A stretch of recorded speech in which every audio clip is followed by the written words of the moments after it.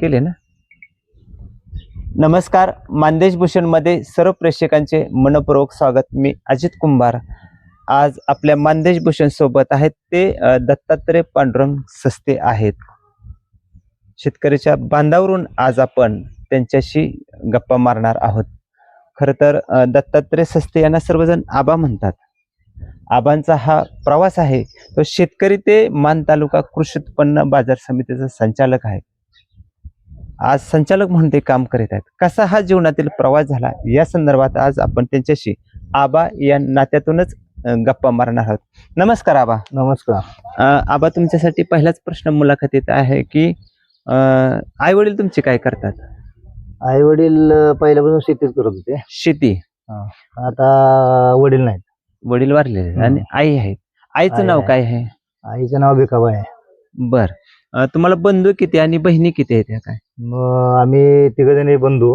काय दोन नाव बहिणी. त्यांची? बहिणींची नाव आहे, एकीचे नाव कमल शिवाजी गाडे, बर. वारवडला दिलेली आहे. हा. आणि दुसरी बन शिरोली दिलेली आहे, बर. सुमल सत्यवन जगदाळे म्हणून. आणि आम्ही तिघजणी बंधू राहतो. त्यात थोरला मी. बर. 2 नंबरचं दुर्योधन पांडुरंग सस्ते, बर. ते ज्योती ट्रान्सपोर्टचे मालक आहे. मालक आहेत. आणि लहान आहे तो ज्ञानेश्वर पांडुरंग सस्ते, माऊली. माऊली. आता माऊली. आबा एक सांगा, तुमचं शिक्षण किती झालेलं आहे? शिक्षण 10वी झालेलं आहे. शिक्षण 10वी. आता 10वी शिक्षण झाल्यानंतर शेतीकडे वळाला का व्यवसायाकडे वळाला? कसा प्रवास झाला तिथला? 10वी शिक्षण झाल्यानंतर मुंबईला गेलो होतो. बर. काय केलं तिथं? 90ला मुंबईला गेलो होतो. बर. मग त्यावेळेस काय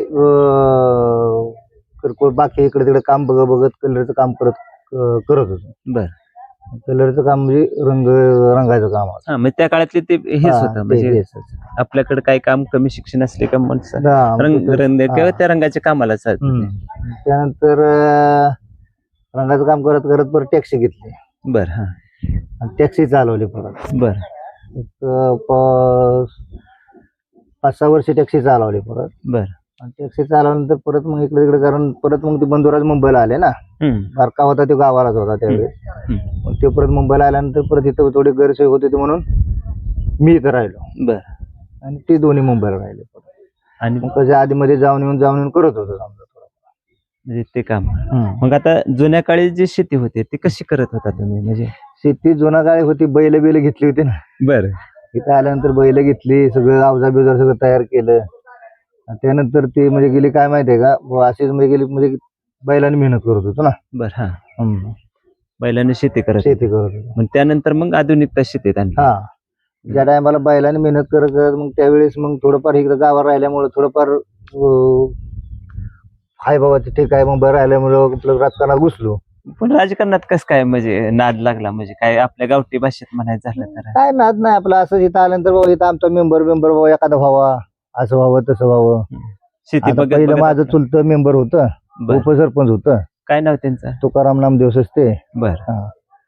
आणि त्यानंतर मग आपल्याला माणूस इथं म्हणजे उभा राहणारा कोण माणूसच भेटत नव्हतं. मग आल्यानंतर बाबा म्हटलं चला करूया डेअरिंग. काय गावाला आपल्या इकडे इकडे आपल्याला काय सहकार्य झालं तर झालं त्यांच्याकडे. बरोबर आहे. राहिलो उभं. चुलत्यांची परंपरा. हा. त्यांच्या पाठीमागे उभं राहिलो. आपलं 5 वर्ष सदस्य झालो ग्रामपंचायत. बर. त्या अंकुश नानाच्या काळातच 5 वर्ष पहिले सदस्य. म्हणजे आता निलेश सरपंच आहेत त्यांच्या वडिलांच्या कालावधीत सदस्य. त्यांच्या म्हणजे मिस्त्री बिस्त्री सगळे होते त्यावेळेस. बरोबर. रामदास दडस वगैरे सगळे. त्यानंतर परत ते 5 वर्ष गेले. दुसऱ्या 5 वर्षाला मिसेसला उभी केली. बर. ते ग्रामपंचायत सदस्य. ग्रामपंचायत नाही, सरपंचच झाले ना त्यावेळेस. ते सरपंच.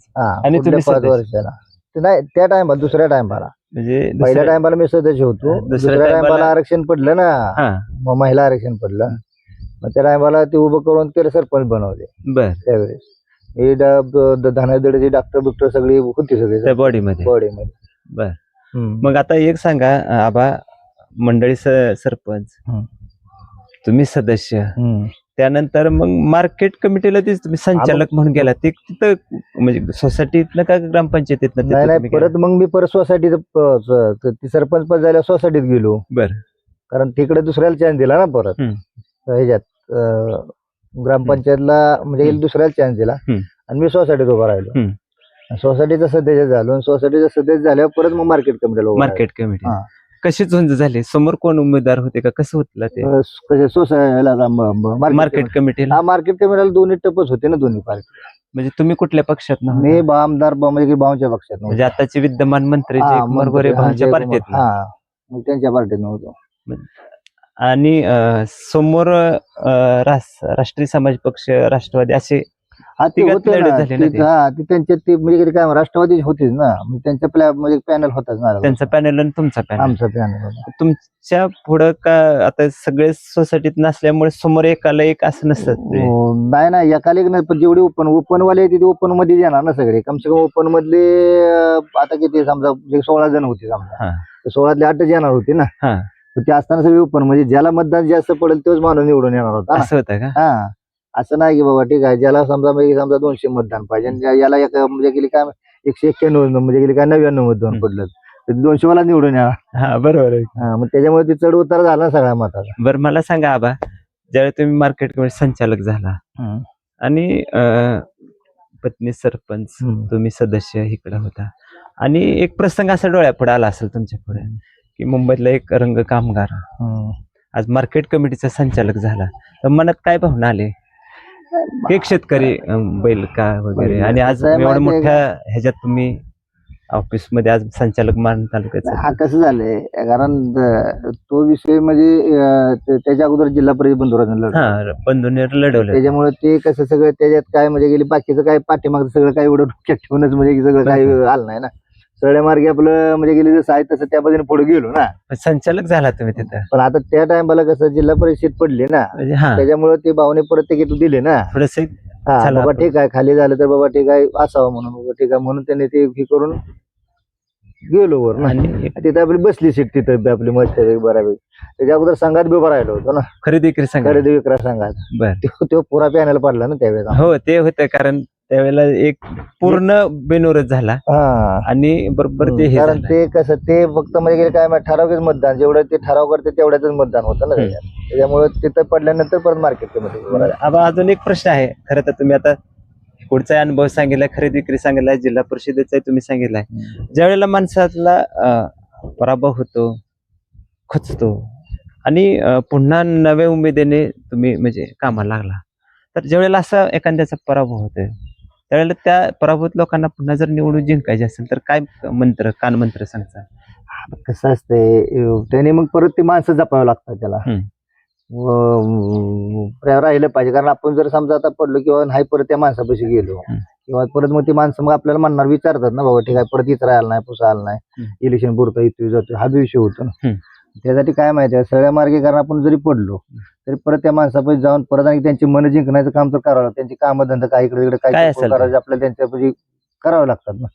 तर ते माणूस आपल्याला परत म्हणजे नाही तर ते परत म्हणणार आपल्याला तुम्ही विचारत नाही कारण आपण पडलो, आपण नाही त्या माणसाची गाठ घेतली किंवा नाही जाता गावात गेलो मी, तर ती माणूस आपल्याला विचारणार बी नाही ना. ते मला कामापुरतं येतोय काय फायदा याचा. बरोबर आहे, असा विषय आहे. म्हणजे जरी पराभव झाला तरी आपण लोकांच्यात मिसळलंच पाहिजे, कामं केली पाहिजे त्यांची, तेव्हा ते आपल्याला परत सहकार्य करून आपल्याला. आणि त्याच रूपांतर आज तुम्हाला मार्केट कमिटी फायदा झाला. म्हणजे हारजीत पेक्षा महत्वाचं की आपण ज्या लोकांच्यासाठी काम करायचं किंवा त्यांच्यासाठी पुन्हा एकदा उमेदीने गेलं तर आपल्याला पुन्हा लोक आपल्याला आपल्याशी होतील, आपल्या स्वतःने आपल्याला मदतीला धावतात. अजून एक प्रश्न तुमच्यासाठी आहे की बऱ्याच वेळेला असं म्हटलं जातं की शेतकरी वर्गात अशी चर्चा असते, नको राजकारणात जायला, नको आपल्याला आपलं शेती बरं. तर खरं तर तुम्ही शेतकरी पण शेती करत आहात आणि मार्केट कमिटीला गेलाय, संचालक झालाय, काही निवडणुकीत तुम्ही हार पण पत्करली, तरी पण तुम्ही नव्या उमेदीने पुन्हा उभा राहिलाय. पण जे नको शेतकऱ्यानं राजकारणात जावं असं वाटतं त्यांना काय तुम्ही सांगताल? कसं आहे नको वाटतं त्यांचा विषय असा आहे की राजकारण काही एवढं सोपं नाही, ही टेन्शनवालीची बाज आहे. बरोबर, कारण ते डोकं घालवा त्यापेक्षा वेळ द्यावा लागणार सगळं. म्हणजे गेली काय माहितीये का सारखं म्हणजे जिथं जाईल तिथं प्रत्येक टायमाला तिथं हजर राहणं गरजेचं पडतं. वेळ महत्वाचा असतो, महत्वाचा वेळ आहे त्याच्यामुळे ती वेळ द्यायला जर त्याने टाइम नसेल आणि जर समजा आपण व्यवस्थित बोललो व्यवस्थित राहिलं तर विषय खाला शांत डोकं पाहिजे, तोंडात गोडवा पाहिजे. नाहीतर कसं होतं नाहीतर मग जाणार मग असं करा तसं करा तो विषय होत नाही परत त्या टायमाला.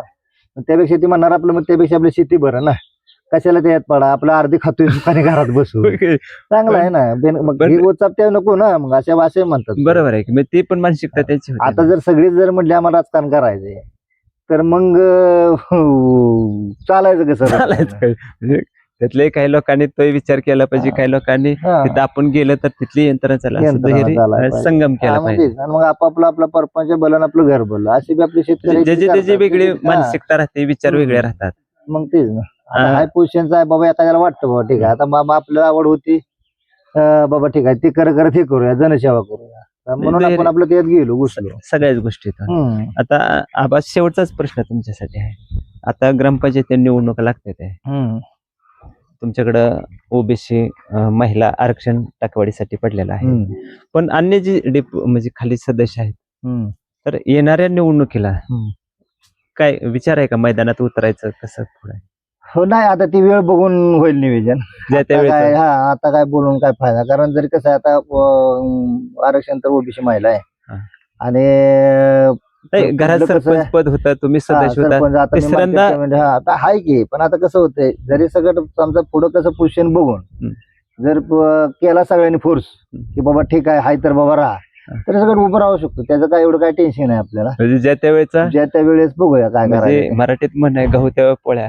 हा, जवळ पोळ्या जर म्हटलीच बाबा सगळं झाली सगळ्याची इच्छा की बाबा असू दे बाबा राहू बाबा, तर काय आहे आता त्याचं काय लोकांचा आग्रह मोडता येत नाही, आग्रह मोडता येत नाही, कारण आपण त्या प्रवाहात आहे आणि जबाबदारी आली जिथं कमकत वाटतं तिथं बाबा तुम्हाला उभं राहा म्हणलं तर तो आपल्याला निर्णय स्वीकारावा लागेल आणि पुढे सामोरं जावं. आता ते सगळे बाबा सगळे लोक बसून सगळी चर्चा करून त्याच्या होईल सगळा कार्यक्रम गावातला. बऱ्यापैकी असं वाटतं की सगळी हायती चांगली, तर सगळी गाव आमचं लय चांगला आहे, एक नंबरचा. काय टेन्शन घ्यायची गरज पाणी फाउंडेशन मध्ये इकडे तिकडे ते सगळं चांगलं, अजून बी चांगलीच आहे. पण ज्या त्यावेळेस काय फरक पडेल ते पडेल, नाही तर काय माहिती असं बिनविरू सगळं होऊ शकतो. बरोबर, असं आमचं गाव आहे, लय प्रेमळ गाव आहे आमचं. पण आता निर्णय होईल त्यामुळे आता तिथे काय होऊन जाईल. पुढं काय बोलू शकतो. खरं तर मग मी शेवटचाच प्रश्न विचारायला होता, पण अजून एका प्रश्नाला तुम्ही कसं काय उत्तर देताय ते बघा बरं, की तुम्ही सरपंच झालेला आहे, मार्केटिंग संचालक झालेला आहे, सदस्य झालेला आहे, सोसायटीला सदस्य आहे, पण हे सर्व तुम्ही यश मिळवलेलं आहे. पण हे यश मिळवण्यासाठी तुम्ही काही सूत्र काय वापरलं होतं, म्हणजे यश मिळवण्यासाठी किंवा समाजात सातत्य राहण्यासाठी, तर हे इथपर्यंत मार्केट पर्यंत जाण्यासाठी सगळी माणुसकी माणुसकी माणसाच्या यश म्हणजे काय माहिती आहे का, तेवढं प्रेमाने म्हणजे सगळ्यांसाठी राहणं करणं, काय म्हणजे असं नाही किंवा कोणाला दुखवायचं किंवा कोणाला काय बोला, आपली सगळ्या मार्गी होती, सगळ्या मार्गी त्या माणसं मी वागतोय करतो, सगळी माणसं आपल्याला ही होती, त्याच्यामुळे आपल्याला सहकार्य त्यांचं चांगलं भेटलं सगळ्या माणसं. म्हणजे फार महत्वाचं की आपलं चालणं वागणं आणि माणूस हेच माणूस बघत असतं. त्यात आपल्या वडिलाची पुण्य आहे माझ्या, म्हणजे कसं माहिती आहे, त्यांनी पहिल्यापासून सगळ्या गावाचे सगळे इकडे तिकडे त्या म्हणजे गेले कुठं रुपया 4 आणे 8 आणे किंवा ती बिडी पिऊन सगळ्याचे लग्न केले, सगळे त्यांची लई म्हणजे पुण्य आहे म्हणावं लागलं वडिलांची माझ्या. लग्न त्यांची अशीच लावून द्यायची इकडे तिकडे, म्हणजे खरी सेवा वडिलांची. वडिलांच्या ह्याच्या म्हणजे कसं माहिती आहे, त्यांनी आपलं चांगलं व्यवस्थित, कारण कोणाचं एक नाव स्वतःच एक चांगलं करून त्याच्यामुळे तर म्हणजे आम्हाला म्हणजे कसं माहिती आहे, पुऱ्या गावात सगळी काय लागली ना समजा थोडक्यात. वडिलांना आबा का तात्या म्हणत होते, दादा म्हणत दादा, दादांची पुण्य आज तुम्हाला आले, कारण त्यांनी गावात म्हणजे गेली काय माहिती आहे का, असं कोण सगळं दऱ्यापासून कुठली बाग सातकी बोलतो कुठे जाऊन समुद्रामध्ये E to Z लोक त्याने म्हणजे गेले जोडलेले म्हणजे त्यांची पंचांगणच बघत होते. लग्न काढायचं काम त्यांचंच आणि लग्न लावून बी द्यायचं काम त्यांचं, म्हणजे वडिलांची फार मोठी लय लय लय. तुम्हाला तीच परंपरा, त्याच्यामुळे ते माणसाने आपल्याला धरलं आणि आपण बी त्या माणसाने व्यवस्थित सगळ्यांसाठी राहिलो. कुठे बी गेलं तरी समजा बाबा ठीक आहे, पांडू मास्तरचा पोरगा असं म्हणजे गुरुजी होते का ते? पहिलं गुरुजी होते, म्हणजे शिक्षक होते. पहिलं होतं ते पहिल्या जुन्या काळातले शिक्षक. सुरुवातीला थोडंफार ते शिक्षकाचा मुलगा मार्केट कमिटी संचालक झाला. शिक्षक थोडे 1-2 महिने होते ते.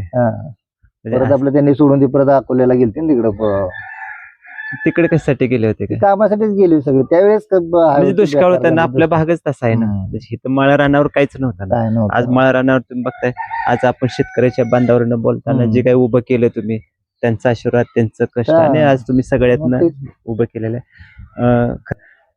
खरं तर आबांनी बोलताना सांगितलं की राजकारणात जरी झेडपीला खरेदी विक्री संघाला जरी पराभव झाला असला तरी खचलो नाही, पुन्हा माणसात गेलो, माणसाशी सगळ्याशी चांगलं वागलो आणि त्याचं रूपांतर आज मार्केट कमिटीच्या संचालक पदापर्यंत खरं तर झालेला प्रवास हा सर्वांना एक थक्क करणारा आणि प्रेरणा देणारा ठरलेला आहे. जयकुमार गोरे भाऊंचं साथ त्यांना चांगली मिळालेली आहे. खरं तर सर्वच गप्पा आपण त्यांच्याशी मारलेल्या आहेत. आबांना पुन्हा एकदा मानदेश भूषण परिवारातर्फे मनपूर्वक धन्यवाद. धन्यवाद.